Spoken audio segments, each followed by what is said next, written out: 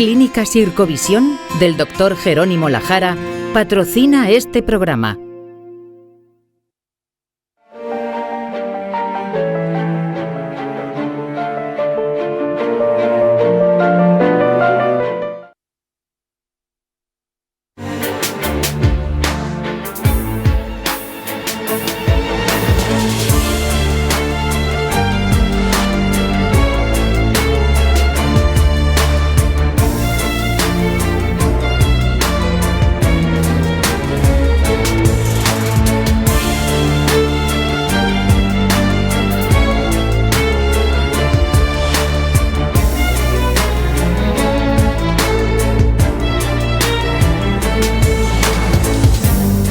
Bienvenido a La Salud en tus manos, un programa que hacemos aquí en Popular Televisión y que también emiten nuestros amigos del grupo Cadena Media.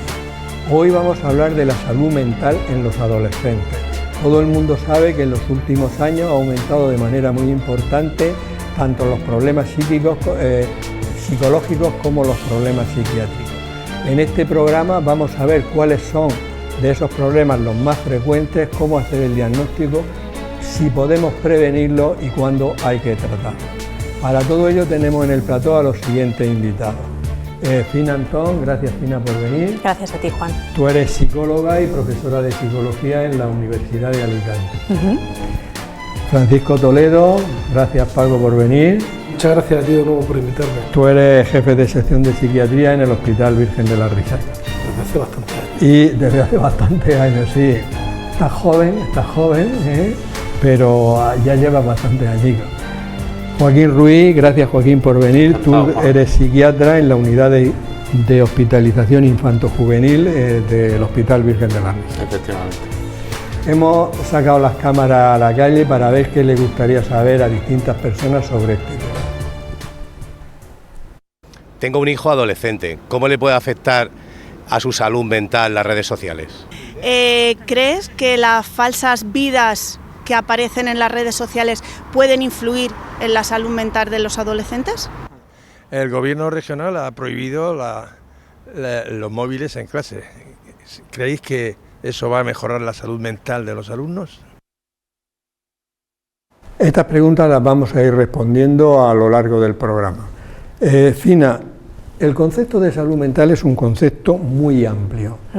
¿Podrías especificarnos cuáles son los problemas y los diagnósticos que más frecuentemente hacéis ahora en esta población?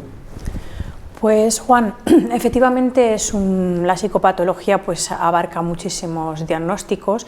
Lo que sí que se puede manifestar y dar una significación importante en estos últimos años es que los estudios están demostrando que en la población joven, especialmente en los adolescentes, está habiendo ahora mismo pues, una prevalencia muy alta de sintomatología de ansiedad, estrés y depresión. Quizás ahora mismo esos son los cuadros clínicos más llamativos y más presentes en la mayoría de estudios que están siendo publicados y que trabajan con muestras clínicas de adolescentes. Y está demostrando que ha aumentado de manera muy importante el número, ¿no? Cierto, es importante dejar claro que estas prevalencias altas o este nivel de incidencia ya venía siendo llamativo, por ejemplo, antes de la pandemia, ¿vale? Ya teníamos pues una llamada de atención en cuanto a que esta población requería pues un cuidado, incrementar la investigación porque era claro que estaba pasando algo.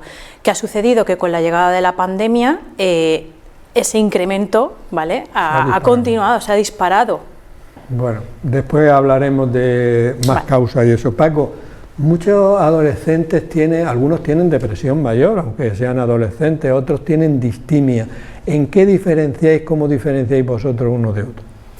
Bueno, en los adolescentes, igual que en los adultos, la depresión se da, igual que en los trastornos distímicos. Si bien los trastornos distímicos necesitan un poco más tiempo, porque tienen que ver ya con una estructura de personalidad y, digamos, una determinada resiliencia, un tiempo ante los estresores psicosociales, cómo responder a los mismos. Básicamente, la diferencia entre distimia y trastorno depresivo mayor, para que nos entendamos y pueda el televidente comprender, es que la depresión mayor es una enfermedad de una base neurofisiológica, si se quiere. Hay alteraciones de los neurotransmisores que intervienen en ese estado de ánimo bajo y una serie de síntomas más, que lo veremos más tarde, y ahí vamos a necesitar sí o sí la intervención de un psicofármaco antidepresivo.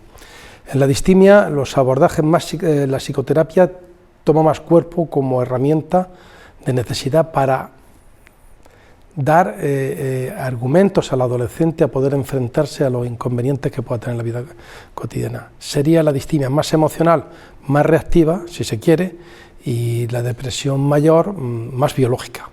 Sí, no, lo que dice, además, yo creo que es muy importante para la población en general, porque a veces una persona, un adulto, tiene una depresión mayor y a veces la gente se empeña en que mejore saliendo, mejore yéndose con los amigos, y como hemos explicado en algún otro programa, decía un compañero tuyo, la depresión va con él, y además no es un problema de que quiera o no quiera, es un problema como si a un hipotiroideo le dices ponte muy bien pero no te doy las hormonas, ¿no? De hecho, no es un problema de voluntad cuando alguien tiene una depresión, y forzarlo a que esté bien es lo que el familiar necesita para sentirse bien de que su familia no está sufriendo, pero forzarlo solo aumenta la sensación de fracaso, los sentimientos de culpabilidad de no estar bien y no comprender por qué está mal, porque a veces, la mayor parte de las veces, en la depresión mayor o endógena no hay un motivo, que la gente está convencida que tiene que ser una razón y no hay un porqué.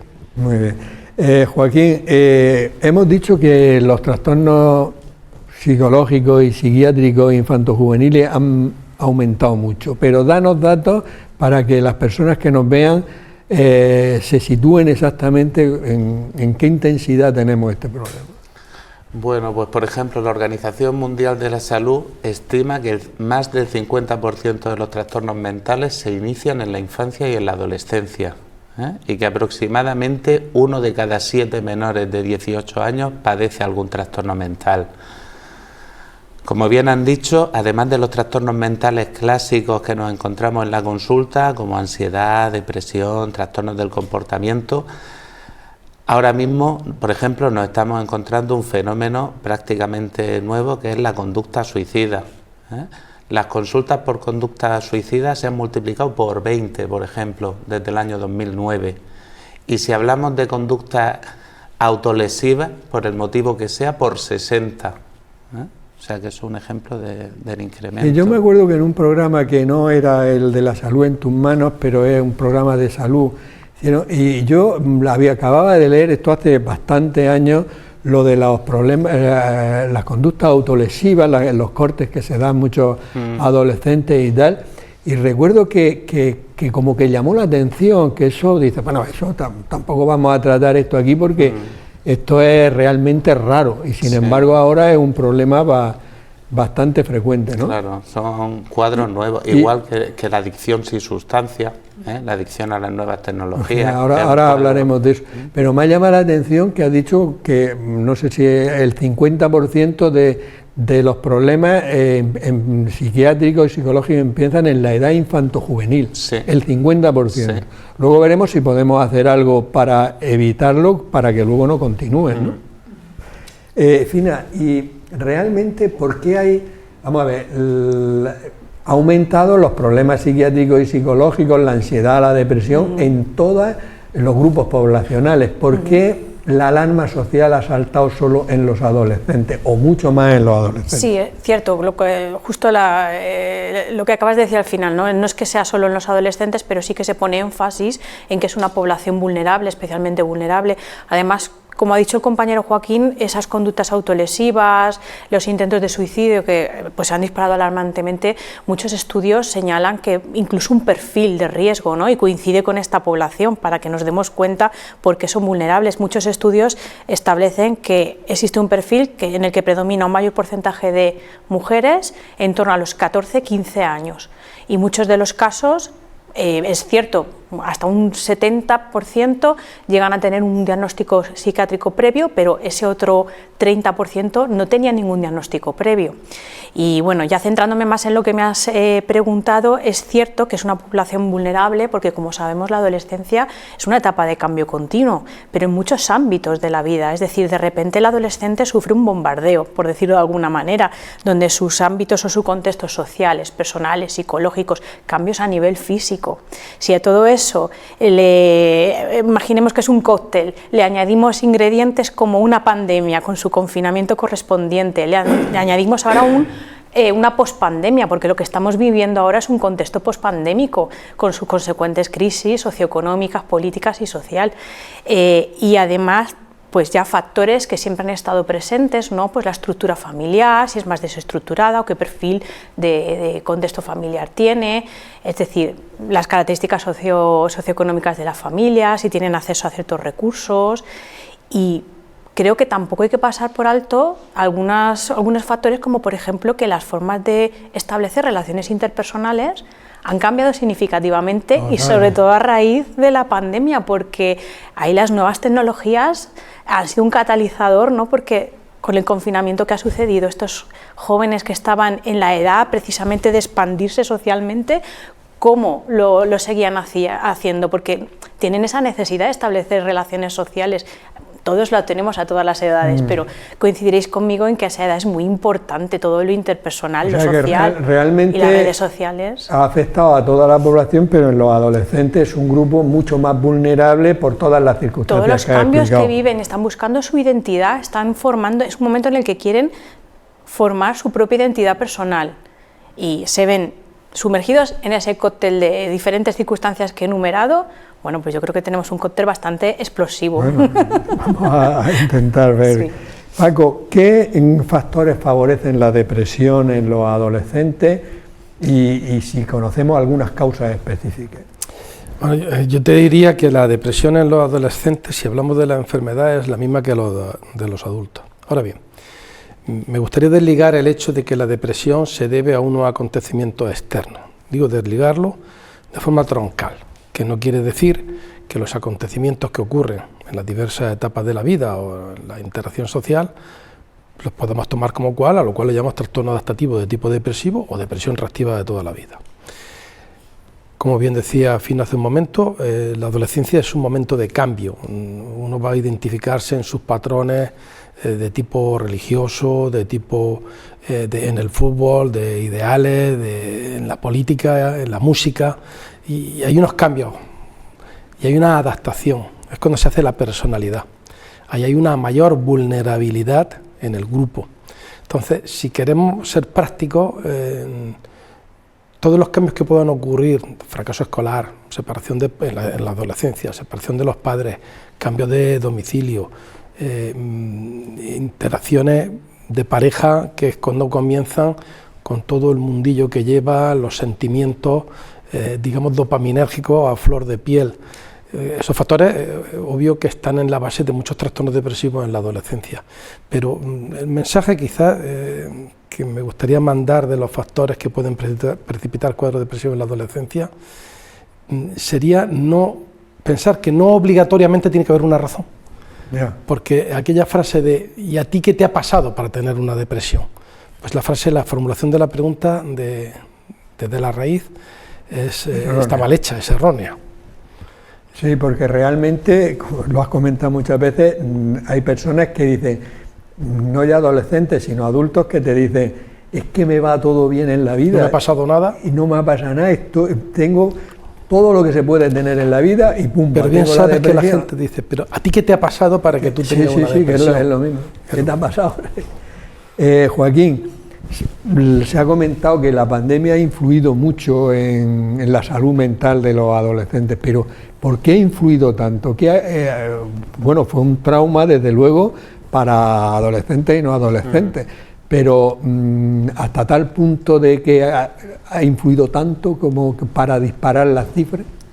Bueno, claro, porque la adolescencia es un proceso madurativo donde el individuo empieza a tener autonomía, a ser independiente, y la pandemia ha provocado un deterioro de numerosos factores psicosociales, el hacinamiento, la ausencia de clases presenciales, el abuso de dispositivos tecnológicos, las situaciones de conflictividad en el ambiente familiar al no poder salir de ahí, la ausencia de actividad física en el exterior. Sí, la verdad es que si uno lo analiza fríamente es que es casi imposible de aguantar, ¿no? Claro. Y si eso para incluso un adulto ya con una personalidad formada y tal, pero un adolescente, desde luego, es que ha sido terrible porque es que eso es un cúmulo de cosas que es muy difícil de... Incluso con aparición de sintomatología postraumática, y en los niños esa sensación de incertidumbre, de ver el miedo en tus padres. Sí, todo eso ha influido mucho. Y el tema de las nuevas tecnologías, Fina, porque las nuevas tecnologías y sobre todo las redes sociales han influido mucho en la población juvenil, ¿no? Y eso está ocasionando muchos problemas psicológicos. Fíjate que, Juan, yo tengo más bien una percepción de que más que ocasionar o ser un factor de causa, las redes sociales e Internet en general es un catalizador, ¿no? Es decir, eleva a la máxima potencia muchos de los problemas que ya venían existiendo y que teníamos en consulta, en el contexto sanitario, clínico, pero ahora sin duda existen muchos diagnósticos que se ven potenciados por esa existencia y ese abuso, que es o mal uso, según queramos verlo, por parte de los adolescentes de las redes sociales en especial, ¿no? Particularmente a mí me parece importante señalar prevalencia de trastornos como por ejemplo, o diagnósticos como los trastornos del comportamiento alimentario, que yo creo que de sobra somos conscientes de que ya era conocido, ¿no? Es decir, este tipo de diagnóstico en la población adolescente estaba causando estragos. Ahora bien, con la presencia de las redes sociales nos encontramos con una herramienta que lo que está haciendo es afectar particularmente a la percepción de la imagen corporal, por ejemplo, en una población que acabamos de decir que era vulnerable ante ciertos estímulos. El adolescente en las redes sociales y muchas personas, los adultos también, estamos sometidos a continuos inputs, ¿no? Es todo estímulos nuevos y muchos de ellos sabemos que son muy cuestionables porque pues la objetividad y la realidad con la que se nos venden en especial la imagen corporal en las redes sociales es nefasta y puede causar muchos daños ligados a sintomatología muy concreta como la que acabo de mencionar, por no obviar también que creo que otros trastornos o otros diagnósticos cobran especial protagonismo en base a las redes sociales, como por ejemplo el acoso escolar. Creo que es una problemática que siempre ha estado presente y estábamos muy concienciados, pero las redes sociales de nuevo vuelven a impulsar, ¿no? Que suma ese anonimato del que quiere ejercer ese acoso escolar. Tenemos ahora el ciberbullying, todos los agentes implicados en un problema como el acoso escolar siguen ejerciendo el mismo papel, pero las redes sociales potencian todo en un nivel exponencial y está causando un estrago en la población adolescente. Y luego las adicciones también, la propia adicción al uso de Internet y de la adicción en sí es otro diagnóstico que sí va de la mano, ¿no? De la existencia de redes sociales al uso del móvil, la nomofobia. Paco, vamos a ver, en la depresión en los adolescentes me gustaría que nos explicaras cómo se hace el diagnóstico, porque hoy en día, como la medicina está tan sofisticada en algunas partes, pues siempre dice, ¿y qué pruebas le ha hecho para diagnosticar que tiene una depresión? ¿Es necesario hacer alguna prueba complementaria? Y si fuera necesario, ¿cuál? Bien nos gustaría tener una prueba porque lo piden las familias de adolescentes y mayores. ¿Por qué sabe usted que yo tengo una depresión si yo no estoy, incluso si yo no estoy triste? La depresión es un diagnóstico clínico, si bien que tiene correlato. Si hiciésemos una punción lumbar podríamos buscar e indagar en factores que tienen que ver como los productos, los catabolitos de los neurotransmisores, el 5-hidroxilindolacético, el homovalínico, el ácido vanilmandélico, pero no se puede hacer eso en clínica. Aún más, las pruebas de imagen cerebral funcional, un día, yo no sé si lo voy a llegar a ver, pero nos enseñarán que en algunos tipos de trastornos depresivos mayores, particularmente los recurrentes, existen estructuras encefálicas como el hipocampo que se retrotraen y con el tratamiento adecuado vuelven a tomar el volumen normal. Son pruebas neurofisiológicas de que la depresión, en muchos casos, porque hay varios tipos de depresión, hay que decirlo, pero la depresión mayor de características endógenas es una alteración neurofisiológica cerebral. Eso no se puede demostrar con una analítica o con una resonancia magnética que muchas veces nos pide. Es un diagnóstico clínico, que por otra parte no es complicado de hacer el diagnóstico. En otro momento, si tú quieres, te aclaro un poco lo que se busca con la entrevista clínica, si bien es cierto que también hay test que te pueden arrojar clarificar ideas de que hay una depresión, el diagnóstico es clínico y muy sencillo de hacer. Ya, pero eso es importante para la población, saber que un médico especialista en psiquiatría e incluso otros médicos sin necesidad de ser psiquiatras que estén un poco... Literal, la observación y te pueden diagnosticar de depresión sin necesidad de hacerte una resonancia ni ninguna otra exploración. Es que no hay nada detrás de esas porque pruebas. No hay nada detrás de esas pruebas. Joaquín, hemos hablado de la adicción, bueno, un poquito de a las nuevas tecnologías, las redes sociales. ¿Por qué ya hemos dicho también que realmente el cerebro de los adolescentes está en plena ebullición y tal, pero es que son mucho más perjudiciales para los adolescentes las redes sociales que para los adultos? Pues vamos a ver, las nuevas tecnologías en general, no solo las redes sociales, las nuevas tecnologías, porque las redes sociales, los videojuegos, las pantallas en general a la hora de generar una adicción en los adolescentes, por dos motivos. El primero, porque los principales factores de protección de esa adicción son la educación y la supervisión, y en la adolescencia son más independientes y hay menos supervisión, y luego por el propio desarrollo del cerebro. El cerebro no se desarrolla de una manera uniforme. Las estructuras cerebrales que están relacionadas con el circuito de la recompensa y la motivación, como la amígdala, el putamen, maduran antes y en la adolescencia ya están maduros. Sin embargo, el córtex prefrontal, que es el responsable de la inhibición de impulsos, de la planificación, aún el racional, ¿no? Claro, aún está inmaduro en la adolescencia. Esto hace que los adolescentes obtengan un placer sentado, sin ser capaces de desconectar. Impulsos con poco control. Claro, claro. Cosa que los adultos a veces no comprendemos bien. ¿Cómo puedes decir? Pero ¿cómo llevas aquí 4 horas? Bueno, o más. O 5 horas y no tan movido. O más. Y es eso, es que tienen la zona de las emociones desarrollada y la zona que puede racionalizar no. Claro, muchas veces no son capaces de desconectar. Bueno, pues seguiremos hablando. En nuestra sección Palabras de Médicos, nuestro profesor de latín y griego Juan Carlos Ferre y nuestra experta en traducción Mariluz Soler nos van a decir el origen de algunas palabras relacionadas con el tema de hoy. Muy buenas, en el programa de hoy vamos a hablar de la salud mental y de los adolescentes. Muy bien, pues empiezo con salud y si quieres tu mental después. La palabra salud viene del latín salus salutis, significa eso, salud. Lo más curioso de esta palabra es que de ella también deriva el verbo con el que se saludaba en latín, que es salve, en el sentido de desearle salud a alguien. Y mental viene del latín también mens, mentis, que significa pensamiento. La ciencia que trata estas enfermedades es la psicología, porque viene de psique, psique, en griego que significa alma, y logía, que es la ciencia que estudia, y el médico que trata estas enfermedades de la mente es el psiquiatra, con esa determinación iatros, que significa médico de psique, de la mente.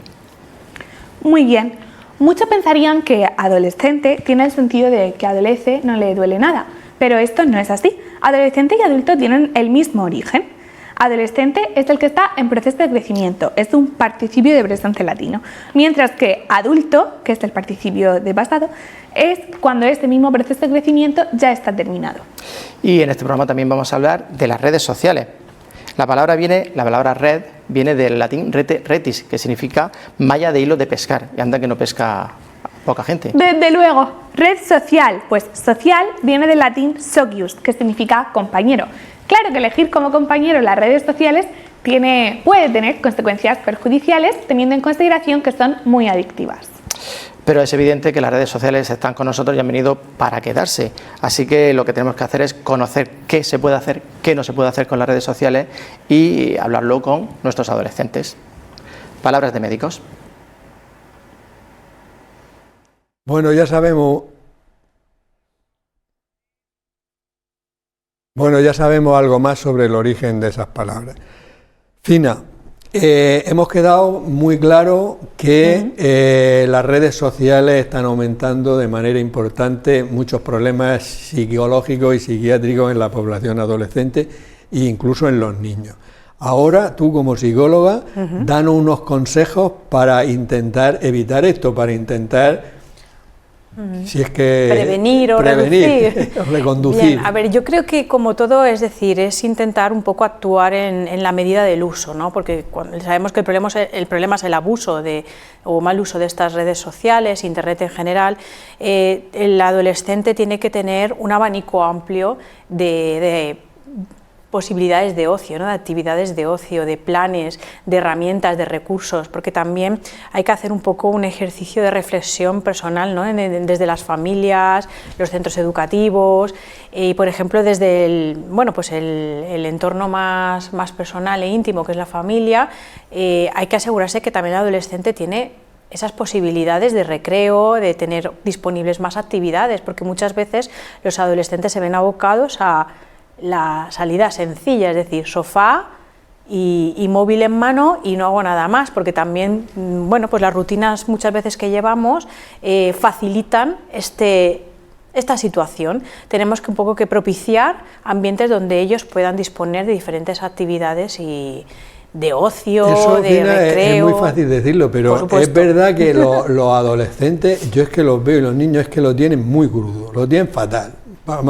Yo creo, pero voy a decir algunas razones. Por ejemplo, tú estás diciendo que hay que buscar ambientes de ocio. Sí. Por ejemplo, los colegios están cerrados por las zonas deportivas por las tardes y los fines de semana.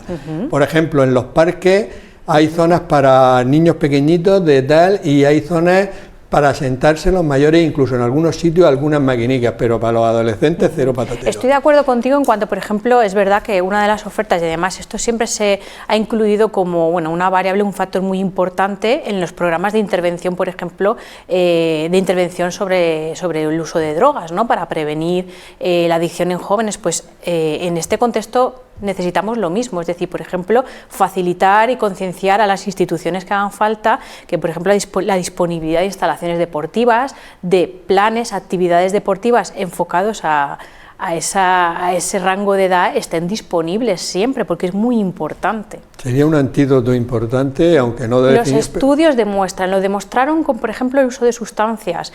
Los estudios demuestran que los adolescentes que se vuelcan en actividades diferentes, que son incompatibles con los ambientes en los que se mueve, por ejemplo, el uso de drogas, pues incompatibilizan, ¿no? que puedas llevar las dos cosas. En este sentido, creo que para no hacer un abuso de Internet, el móvil en general, y las redes sociales, también es muy beneficioso que pongamos facilidades para que los adolescentes tengan esos recursos a mano.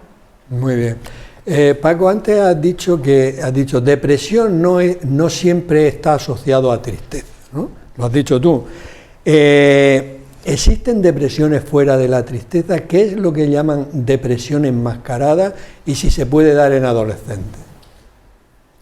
Quizás sea la pregunta más importante que me podrías hacer para aclarar términos que entiendo que de conocerlos bien el público en general ayudarían a muchas personas.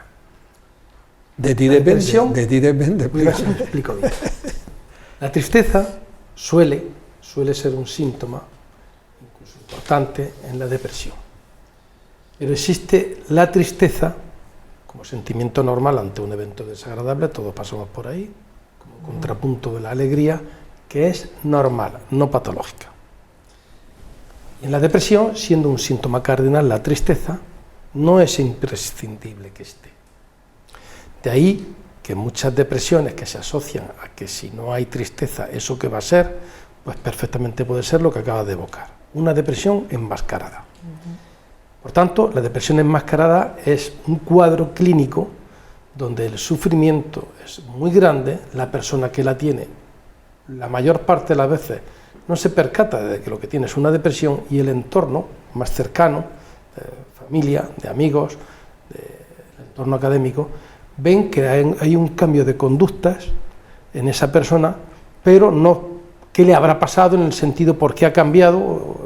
Si me apuras, te podría decir algunos síntomas: está más retraído, está más irritable, es más impulsivo, ha perdido peso, ya no escucha música, no se concentra y tiene un fracaso escolar o un bajo rendimiento académico de esa persona, todo ello sin que se le vea esa especial aparente tristeza o que fuese el llanto o la lágrima un síntoma que pudiéramos observar. A eso le llamamos depresión enmascarada. En los adolescentes es muy frecuente, mucho más frecuente que en los adultos, porque se confunde muchas veces con el cambio, con la edad de personalidad, y entonces esos cambios de conducta y de actitud realmente se trata de cuadros depresivos. Se suelen acompañar en personas que suelen tener una estructura, una manera de estar en la vida, digamos, como todos tenemos que tener un color de ojo, hay muchas estructuras de personalidad, es más frecuente lo que entendemos por estructura obsesiva de la personalidad. Vamos a decirlo un poco en términos que se nos entienda. Chicos, adolescentes, muy perfeccionistas, muy metódicos, muy cumplidores, muy legales, muy puntuales, muy autoexigentes, que prestan los apuntes cuando se les pide, que no saben decir que no, que son muy serviciales y que llevan una vida un poco, no son los más divertidos de la pandilla, pero sí a los que les puedes prestar dinero que te lo van a devolver, pero no les puedes prestar dinero porque nunca te lo van a pedir, al mismo tiempo que jamás sabrán. Has dicho casi lo que aspirarían los padres a tener. Sí, pero verás, es que este concepto, déjame que lo diga en plan metafórico, que no clínico, imagínate que es como el limón que pretendes exprimir. Pues estas personas, a fuerza de dar tanto, dar y dar, vale, terminan exprimiendo tanto que, esto es metafórico, se traduce en un cuadro depresivo. Vale, que sería la hiperlegalidad, son chicos muy morales, muy auténticos, no hacen trampas, pero ese perfil es el que más se suelen ver las depresiones enmascaradas. Y el sufrimiento de una depresión enmascarada, hasta que se descubre y se trata, por cierto, con muy buena respuesta al tratamiento, pues es un camino de sufrimiento tanto para la persona que lo padece como para el entorno que no lo comprende. Vale, eso, vamos, me parece muy importante todo lo que has explicado, pero ¿cómo se dan cuenta los padres o cómo se da cuenta un adolescente que puede tener ese problema para pedir ayuda, que además, por lo que has dicho, es de una solución sencilla? Sí. Pues yo me quedaría con la palabra ruptura biográfica. A ver, cambio. Sobre un rendimiento en las esferas sociales, académicas, de pareja, de amistades, hay un cambio. Antes no era así. Ahora no participa, no rinde, no es el que era, no se ríe, no participa, no lee ese libro en el tiempo libre, no está escuchando música, no está viendo esa serie de televisión que le gustaba. Está más encerrado, no participa, no se queja, pero está diferente, lo vemos como gris, como apagado. No, ahora ya desde luego me ha quedado totalmente claro, y creo que a las personas que nos vean, cuál es la idea de que una persona puede tener, un adolescente, una depresión. Incluido la pérdida de peso, que suele ser muy frecuente. La depresión enmascarada, y que pidan ayuda porque realmente, como has dicho, que tiene un tratamiento. Han dejado de ser ellos. Relativamente, han dejado de ser ellos como eran ellos. Como eran. Joaquín, ¿cómo influye realmente en el cerebro el abuso de las nuevas tecnologías? Bueno, porque lo afecta, le produce alteraciones, por decirlo de alguna manera, para que nos entiendan. Sí, hay estudios, por ejemplo, que se han realizado en población infantil, en niños entre 9 y 10 años, que se han visto que los niños entre 9 y 10 años que pasan más de 7 horas expuestos a pantallas, se produce un adelgazamiento prematuro de la corteza cerebral, que, para que nos entendamos, es donde se recibe la información de los sentidos, como nos comunicamos con el mundo. Y por otro lado, volviendo a lo que hemos hablado antes del sistema de recompensa, nuestro sistema de recompensa y motivación lo podríamos dividir como en dos grupos. Cuando estamos haciendo una actividad de la que disfrutamos, que nos motiva a lograr un objetivo, disfrutando de esa actividad, se liberan una serie de sustancias, como son la serotonina, la oxitocina, las endorfinas.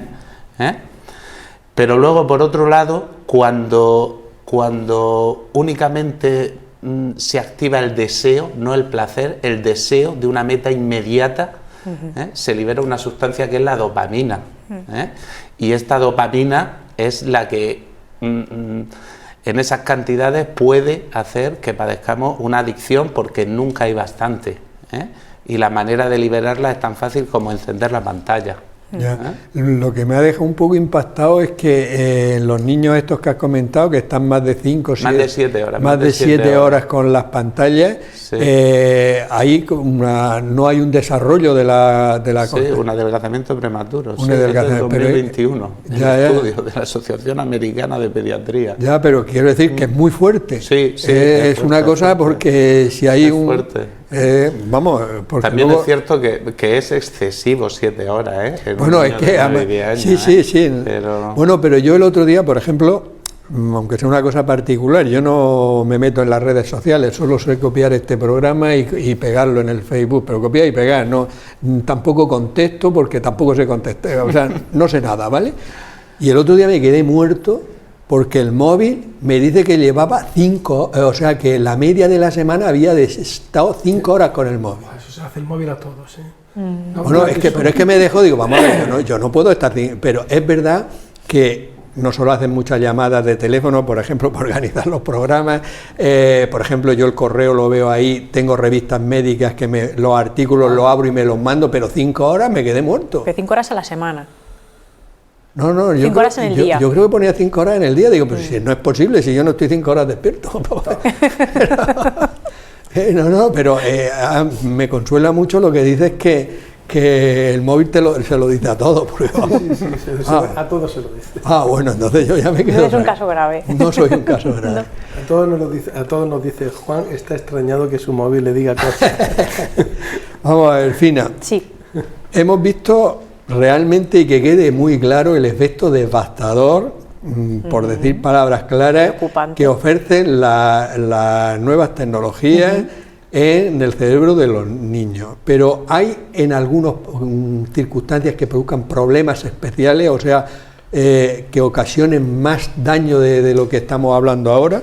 Sí, un poco al hilo de lo que creo que he comentado un poco antes, ¿no? Es decir, considero que hay problemáticas que son especialmente vulnerables de cara al uso de las redes sociales, ¿no? Vuelvo a insistir en el tema de la percepción de la imagen corporal de cara a diagnósticos como los trastornos de alimentación. Creo que ahí, sin duda, pues ejercen un papel muy importante. Sabemos que ahora mismo existen herramientas, pues de edición fotográfica, filtros para las redes sociales de un nivel de sofisticación impresionante. Sale todo el mundo al pelo. Claro, y ya por no mencionar que con la inteligencia artificial existen herramientas que se utilizan para editar y publicar en las redes sociales. Por lo tanto, ya al final un adolescente o un adolescente pueden percibir, pues eso, imágenes corporales que normalizan cuando no lo es. Es decir, un adolescente, Juan, tiene granos en la cara, ¿verdad? La mayoría de ellos hemos tenido, ¿no? Un adolescente tiene, es decir, existen ciertas características físicas por esa revolución que vivimos en ese rango de edad, pero claro, tú entras luego en Instagram, en TikTok... Y nadie tiene un grano. Y ahí no existen los granos, no existe el acné, no existe... Entonces, ¿cuál es el impacto en la percepción normativa que genera o que tiene en ese adolescente y por tanto qué alteración va a sufrir? Ya. Es importante en ese sentido tenerlo en cuenta. Los trastornos de la imagen corporal, por cierto, el otro día leí un artículo que en otro programa que hagamos sobre trastornos del comportamiento de la alimentación me llamó mucho la atención, es la gran cantidad de profesionales sanitarios, muchos médicos, con trastornos del comportamiento de la alimentación, pero que daba cifras muy elevadas, o sea, me sorprendió. Es que los adultos tampoco estamos libres de ese efecto en la imagen corporal de las redes sociales. Lo que hay que hacer es verlas poco para que no vean. En Instagram no existen arrugas. En Instagram no existen arrugas. No existen canas, no existe nada, todo es perfecto. Madre mía. Paco, hemos hablado de que la depresión endógena, incluso la depresión enmascarada, que tienen buenos tratamientos, o sea, se trata igual en niños, en adolescentes que en personas adultas, y que tengan buenos resultados, quiere decir que con un tratamiento médico en un tiempo se curan, o ¿cómo está eso? Sin arrojar cifras que parezcan la panacea, la depresión es una de las enfermedades con las que más se sufre. La sufre el que la padece, la sufre el entorno y algunos en las depresiones mayores, en las graves, cuando salen de ahí te lo definen poco menos que las puertas del infierno. El sufrimiento es brutal. Fíjate, adolescente o adulto, en una depresión grave, mayor, la idea de no existir alivia. Eso sería la génesis del final de cuando hay una tentativa de suicidio, que es la patología que más provoca el suicidio, digamos, consumado, no las tentativas de suicidio ni las ideas de autolisis. El final que es una conducta al final altruista, en la depresión, en la más grave. Yo no me voy a curar, todo es culpa mía, si yo existo va a ser mal para todos, si desaparezco puede que se mejore el entorno y ocurre una misma depresión posparto. Es difícil comprender cómo una madre que se tira por la ventana con el bebé recién nacido en un contexto de una depresión posparto lo hace porque el convencimiento absoluto desde la depresión de que ella es la culpable del sufrimiento que le espera a ese bebé y que va a ser una tortura cada día para ella y para el bebé. Ella se quiere quitar de medio, pero no quiere dejar al bebé en la tortura, por decirlo de alguna manera, para que se comprenda un poco qué puede pasar por la cabeza de quien hace esto, ¿no? Que siempre dicen que madre más malvada, ¿no? La madre lo que no quiere es que el bebé sufriera en el contexto de la idea de la depresión. Bien, dicho lo cual, en la depresión el tratamiento es con antidepresivos que tal vez se utilicen demasiado en los contextos de distimia, de problemas emocionales, de tristezas situacionales, de conflictos sociales con la familia. Los antidepresivos realmente ya hacen bastante poco, pero bien utilizados cuando hay una depresión, la respuesta a los antidepresivos es enorme, supera en primera instancia, aunque los estudios ciegos dicen que el 75% no llega, en clínica el 80-85%, y luego están las estrategias de asociación u otras, pero la respuesta a los antidepresivos cuando la depresión tiene esa base fisiológica, neurofisiológica, es muy buena, no inmediata. Hay que saber que en los adolescentes con un antidepresivo actúa un poquito más rápido, pero como poco tarda 2 semanas en mejorar, cuando no 3, y en el adulto en el entorno de las 3 semanas, cuando no 4. Pero básicamente se utilizan los mismos antidepresivos, bien que en los adolescentes las dosis que se suelen utilizar son un poco más bajas. Por lo que has comentado de la depresión por parto, hicimos hace unas semanas un programa sobre la salud mental perinatal, que realmente, bueno, y hay una unidad ya creada, por ejemplo en La Risaca hay una unidad, vinieron los de la unidad, tú lo conoces perfectamente, y realmente es un tema, yo lo explicaba, vamos, decía que era un tema duro de verdad, pero bueno, que había que conocer, y de hecho se nos acabó la hora a mitad del programa y tendremos que retomarlo porque es un tema muy muy importante por la gran cantidad de personas que tienen problemas de eso. Sí, sí, muchas mujeres. Vamos a dar paso a la publicidad.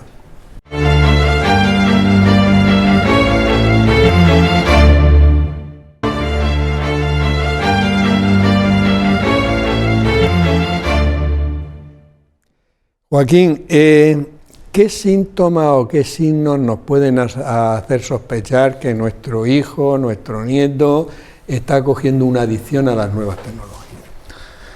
Pues básicamente cuando las nuevas tecnologías dejan de ser un medio y empiezan a convertirse en un fin. El niño o el adolescente empieza a perder sus rutinas con el único objetivo de permanecer conectado a nuevas tecnologías. Empieza a perder horas de sueño, por ejemplo, porque muchas veces se conectan de noche. Empieza a bajar el rendimiento escolar. Empieza a desconectar las relaciones sociales directas, o sea, con su entorno de amigos. Se muestra irritable y en numerosas ocasiones esa irritabilidad solamente cede cuando consigue el acceso a esa nueva tecnología.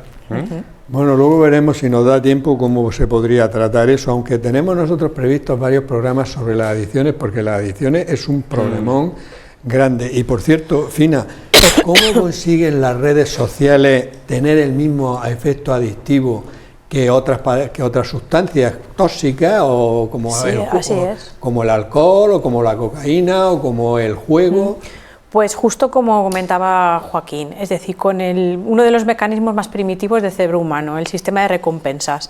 Es decir, al final la búsqueda de generar dopamina, esa respuesta de dopamina a nivel cerebral que nos causa esa respuesta, esa sensación de placer, pues es la que nos ofrece precisamente algo como las redes sociales. Si nos damos cuenta, estas redes sociales están diseñadas de una forma perfecta para que obtengamos en todo momento una recompensa y además inmediata. Es decir, jamás accedes a las redes sociales, no sé, Instagram, Facebook, TikTok, y te quedas, obtienes una respuesta neutra. Siempre obtienes una recompensa, un me gusta, un like, una respuesta, cuántas visualizaciones ha tenido. Esos son recompensas inmediatas y al final, incluso en algunos estudios, este sistema, ¿no?, de recompensas que genera ese incremento de dopamina a nivel cerebral se ha comparado con, es el mismo funcionamiento que una máquina tragaperras para la adicción al juego, es que es similar. El otro día leí un artículo que hablaba de que ahora se hablaba de hacer un ayuno de dopamina. No, la dopamina es la hormona, el neurotransmisión del placer, ¿no?, de la recompensa, y entonces decía que, bueno, hablaba de la Navidad, de primeros de año, etcétera, y hablaba de hacer un ayuno de recompensa, o sea, de un ayuno de dopamina, que es todo lo que te la estimula, no hacerlo, para ser capaz de superar eso. O sea, que te gusta el chocolate, pues un mes no como chocolate, que te gusta tomarte la copa, tal, pues un mes no tomo. Eso le llamaban ayuno de dopamina. Claro, sobre todo cuando la recompensa es a corto plazo, claro, que es lo que la hace adictiva, que además, que sea tan inmediata. ¿Os acordáis del estudio psicológico ese que se hacía a un niño que lo ponían en una habitación y le dejaban los caramelos ahí y le decían... le dejaban un caramelo y si le decían si tardas 2 minutos sin comértelo, te damos 2. Y observaron que ese es un clásico vuestro, ¿no?, que si se lo comía, luego en la vida triunfaba menos porque no tenía la capacidad de esperar, de autocontrol y autorregulación. Sí. Paco, has comentado algo de que en el tema de la depresión, que es tratable con fármacos y tal, había que tener un poco de paciencia, en el sentido de que en los niños, o sea, en los adolescentes, has hablado tú de dos... respuesta que no es inmediata. No es inmediata, pero hay fármacos ahora que, por ejemplo, no sé si están autorizados en España, de que puede haber incluso por vía endonasal, que son como mucho más rápido en el efecto y te encontrarías mejor antes, o esto en los adolescentes no vale, o esto lo he leído yo y no me he enterado. No, te has enterado perfectamente. Es lo más novedoso que hay, los últimos avances en el tratamiento de la depresión. Los clásicos empezaron a finales de los 50, en el año 57 en concreto, se descubrieron los primeros antidepresivos, eran los IMAO y los tricíclicos. Se descubrieron a la misma vez en Suiza ese mismo año y en Estados Unidos. A partir de ahí, y sobre todo en la década de los 80, aparecen los nuevos, lo que llamábamos los serotoninérgicos, los ISRS, con la fluoxetina, la sertralina, etcétera. Luego vinieron en la década de los 90 lo que llamamos los duales, que actúan sobre la serotonina y también la noradrenalina, y otros sobre la dopamina directamente. Y hay otras vías, la vía glutamatérgica, que influyen otro tipo de fármacos. Particularmente tú te estás refiriendo a la esquetamina, la esquetamina intranasal, que no es lo mismo, que son derivados de la ketamina, que es un anestésico antiguo, que también lo hemos utilizado en depresiones muy refractarias, intravenoso, a dosis de 1 miligramo por kilogramo peso, pero aparece como lo más novedoso en el tratamiento de la depresión resistente o refractaria, la esquetamina. Hombre, no la usamos en adolescentes, el perfil del paciente que precisa esquetamina suelen ser personas mayores, particularmente pienso que en lo que se llama la depresión bipolar, que aunque es parecida, no es igual, tiene bastantes indicaciones, la esquetamina, y es lo último y lo más novedoso, pero reservado a la depresión refractaria. O sea, en adolescentes no. A priori en adolescentes creo que es a partir de los 16 años, creo, no me exprime mucho la memoria, que es donde se puede utilizar, pero no da tiempo con 16 años tener una depresión refractaria. Ya. Hay muchas estrategias que puede llegar a hacer antes de llegar a la esquetamina. Muy bien. Joaquín, las personas que presentan, los adolescentes que tienen una adicción a las nuevas tecnologías, ¿eso se relaciona con otros trastornos psicopatológicos añadidos a la adicción a...? Pues sí, claro que se relaciona. Vamos, no solo con lo que se ha comentado ya, de depresión, ansiedad, trastornos del comportamiento, trastornos del sueño, sino que también se ha asociado con dificultades importantes en el aprendizaje, en la capacidad de los niños más pequeños de adquirir lectura y escritura. Incluso se ha asociado al riesgo de TDAH, que la adicción a nuevas tecnologías multiplica por 2 el riesgo de presentar TDAH y claro. Ya, pues, el TDAH, que ya es frecuente, el trastorno por déficit de atención e hiperactividad, dices que las nuevas tecnologías el doble. El doble, la adicción a nuevas tecnologías el doble, pues teniendo en cuenta que la prevalencia del TDAH oscila entre el 3 y el 7%. Ya, es una brutalidad lo que pueden hacer. No quiero repetirlo, pero es verdad que claro que puede. Es una mesa abierta. La pregunta sería, en el TDAH, digamos que el niño con TDAH no diagnosticado, a ver, se lo pregunto a Joaquín porque Joaquín es psiquiatra, doctor en medicina, pero su tesis doctoral versó sobre el TDAH y esa es la persona de referencia, por lo menos de la que más yo aprendo. Le pregunto, ¿hay un perfil de niño TDAH no diagnosticado que tiene un perfil de engancharse más a los juegos y que tal vez sea de las primeras conductas que vemos antes de llegar al diagnóstico? Claro que hay un perfil de niños no diagnosticados, porque mayoritariamente las alarmas saltan cuando predomina el perfil inatento, y saltan en los centros educativos cuando predomina el perfil inatento, pero en muchas ocasiones el perfil impulsivo pasa desapercibido o se trata como un problema de conducta, o como un niño maleducado, y en muchas ocasiones pasa desapercibido ese perfil impulsivo. Muy bien, Paco, una pregunta muy interesante. Dicho, te voy a quitar el sitio un día de... Ya lo veo, no te traigo más. Dicho esto, vamos a dar paso a nuestra sección Me lo compro, me lo como, no me lo compro, no me lo como. Nuestros nutricionistas de referencia de Plan Mediterráneo, Pedro Lillo e Irene García, nos van a hablar hoy de la mandarina. Mandarina. Me la compro, me la como, no me la compro, no me la como. La mandarina, bueno, fruta estrella en casa, ¿qué nos puedes contar? A mí me encanta, y a los críos también, a ti también. Es una fruta extraordinaria. Es una fruta, es un cítrico, tiene un contenido calórico de unas 40 kilocalorías por 100 gramos de producto, tiene hidratos de carbono 9 gramos, fibra 2 gramos, lleva potasio, 160 miligramos, vitamina C en una concentración significativa, magnesio, fósforo, calcio, y luego lleva un componente que lo hace especialísima, y es los betacarotenos, ¿no? ¿Qué propiedades tienen estos el betacaroteno, que hemos comentado en alguna ocasión, asociado a la vitamina C, que tiene el contenido en los cítricos fundamentalmente, pero tiene unas propiedades fisiológicas únicas. Es un estabilizador, ¿no?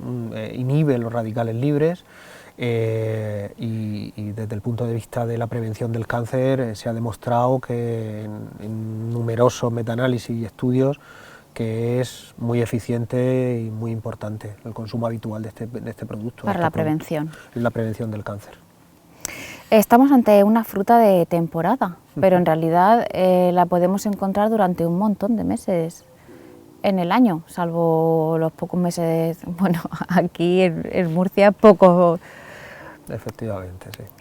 Poco tiempo de frío tenemos, pero aún así la mandarina aguanta bastante. ¿Podríamos recomendarla para toda la población o hay algún sector al que le recomendemos especialmente consumir esta fruta?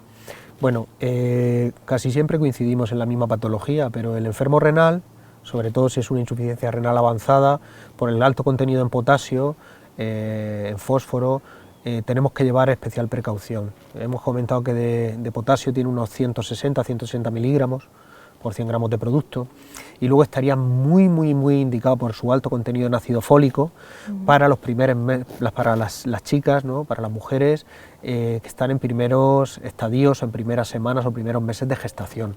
Está súper indicado, porque va a inhibir o previene, digamos, la alteración, en este caso de espina bífida, ¿no? Y por lo tanto está indicadísimo. No tiene una carga calórica importante, es muy digestiva, tiene buena cantidad de fibra, vitamina C, nos previene también de infecciones, sistema defensivo, es anticancerosa, como hemos dicho, es un compendio nutricional único y desde luego fácil de comer, está muy buena, los críos la toman En general les suele gustar. con mucha regularidad y es una fruta única, diría yo. Pues tiene que formar parte de nuestra despensa. Absolutamente. ¿Me la compro, me la como? Me la compro, me la como. Bueno, ya sabemos que la mandarina es un alimento extraordinario. De hecho, de los pocos anuncios buenos que han hecho en televisión, había uno hace muchos años que decía la mandarina, la golosina que alimenta. O sea, realmente todos deberíamos de comer mandarina. Fina, muchas personas, incluyendo por supuesto los adolescentes y los adultos, tienen problemas de abuso y adicción a Internet y a las redes sociales. Eso, como hay que ponerle nombre, ¿tiene una categoría diagnóstica en el campo de la psicopatología? Pues no, No, y puede ser llamativo, pero la respuesta es no. Mira, fíjate que recientemente sí, creo que fue en enero de 2022, la Organización Mundial de la Salud aprobó la inclusión, por ejemplo, de la adicción al juego, a los videojuegos, mejor dicho. Pero no está incluida no tiene entidad nosológica en ningún manual diagnóstico ni de la Asociación Americana de Psiquiatría ni de la Organización Mundial de la Salud, la adicción a Internet en general ni las redes sociales. No tiene nombre psicopático. Yo en parte creo que, yo sola no, es decir, las razones principales.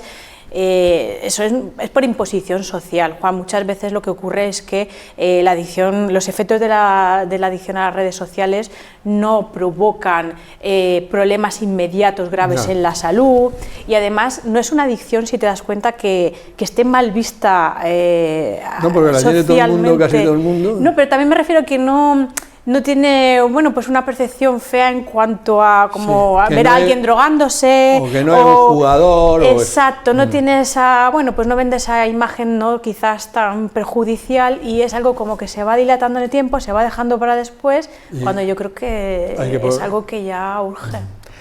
No nos queda tiempo, Paco, pero muy importante, en 10 segundos. ¿El tratamiento psicológico en los cuadros depresivos es importante? Te agradezco la pregunta. Vale. No he hablado mucho de fármacos de antidepresivos en la depresión y claro, eso es una pata de la mesa.